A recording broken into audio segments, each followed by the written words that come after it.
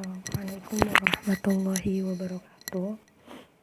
Di sini saya Nita Khorinis Rahayu. Saya akan menjelaskan materi tentang pembelajaran yang efektif dari kelompok 6 untuk mata kuliah Educational Psychology. Masuk ke slide pertama, yaitu bagaimana lingkungan belajar yang efektif. Lingkungan belajar yang efektif juga sering disebut dengan manajemen kelas.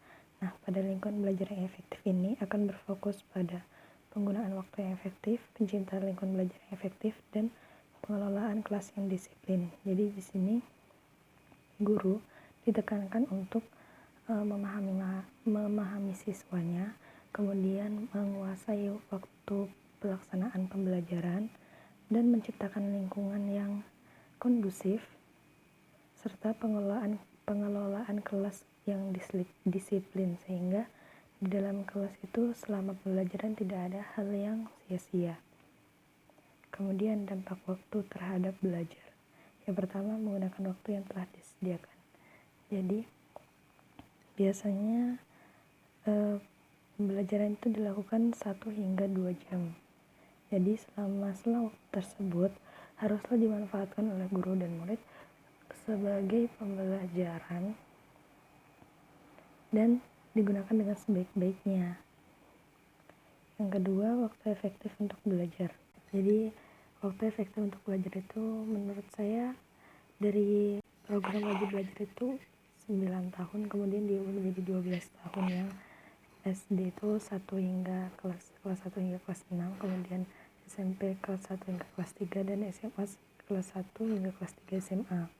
Yang ketiga, tidak berlebihan saat memberikan waktu untuk mengerjakan tugas. Jadi ketika guru memberikan tugas kepada siswanya itu dipertegas dan tidak berlebihan atau tidak berlama-lama, untuk menghindari siswanya ini bermain-main ketika mengerjakan tugas. Jadi di situ ada penekanan untuk mendisiplinkan siswa. Kemudian manajemen kelas di ruang kelas yang berpusat pada siswa. Kembali lagi pada guru yang harus memahami bagaimana siswanya.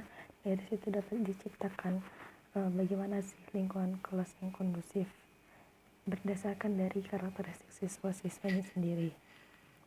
Kemudian ada strategi untuk mengelola perilaku buruk. Jadi tidak mungkin setiap siswa itu sama. Pasti ada saja siswa yang memiliki perilaku yang kurang baik. Dari situ guru dapat melakukan pencegahan untuk mencegah atau mengantisipasi perilaku buruk yang akan terjadi pada siswa. Jadi strategi pertama adalah pencegahan, seperti mencegah dengan memberikan pujian, mengapresiasi, mencegah perilaku buruk siswa dengan mengapresiasi apa bakat mereka, karya mereka. Kemudian yang kedua ada isyarat nonverbal seperti tatapan mata, sentuhan bahu, seperti itu. Kemudian yang ketiga memuji, seperti yang tadi saya bilang. Jadi setiap karya siswa itu perlu diapresiasi untuk mendukung ia terus berkarya. Dan yang keempat, memberikan konsekuensi atau hukuman yang tidak bersifat kekerasan. Kemudian analisis perilaku terapan yang digunakan untuk mengelola masalah perilaku yang lebih serius. Yang pertama ada penyebab perilaku siswa, kedua prinsip analisis perilaku terapan, yang ketiga program analisis perilaku, dan yang keempat etika metode perilaku. Jadi prinsip dasar dari belajar perilaku bahwa ada perilaku yang bertahan dari waktu ke waktu, yaitu perilaku siswa itu sendiri maksudnya. Itu dipertahankan oleh beberapa penguat, sudah memiliki perhatian penuh dari orang dewasa, dan tidak ada teman sekelas yang hadir untuk berteman dengannya. Kedua, perhatian guru memperhatikan siswa ketika mereka melakukan sesuatu dengan baik atau mengabaikan mereka ketika ada tindakan yang tidak baik. Menerapkan time out atau mengirim siswa ke sudut yang lebih tenang.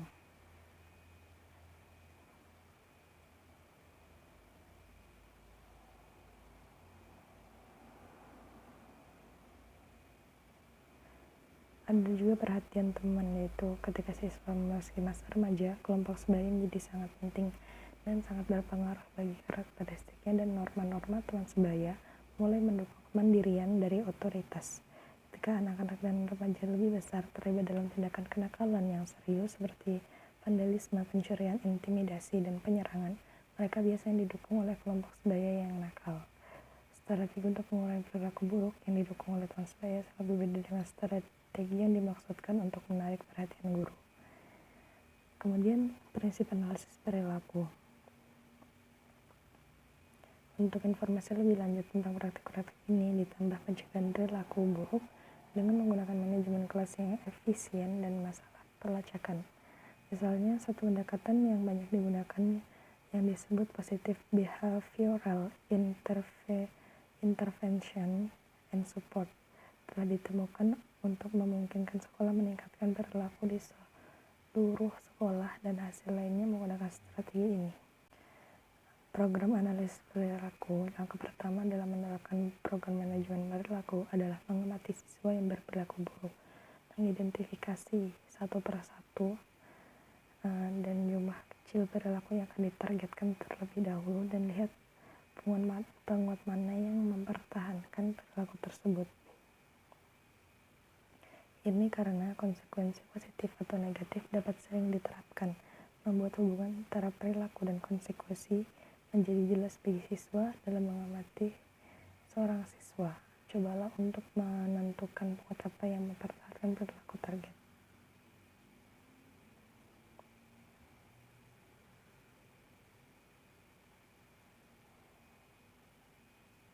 Kemudian etika metode perilaku ini seperti penguatan berbasis rumah. Jadi ada komunikasi antara orang tua, siswa, dan guru untuk bekerja sama tentang bagaimana anaknya itu ketika di rumah dan di sekolah. Kemudian ada bisa juga membuat kartu laporan harian dan program kontingensi kelompok. Dan terakhir, pencegahan masalah perilaku serius. Yang pertama ada program pencegahan seperti yang tadi saya katakan. Kedua, mengidentifikasi penyebab perilaku buruk. Yang ketiga, menegakkan aturan dan praktek. Jadi aturan tidak hanya sekedar ditegakkan tapi juga dilaksanakan. Kemudian yang keempat, latihan intervensi. Kemudian yang keenam, meminta keterlibatan keluarga. Jadi komunikasi antar orang tua dan guru.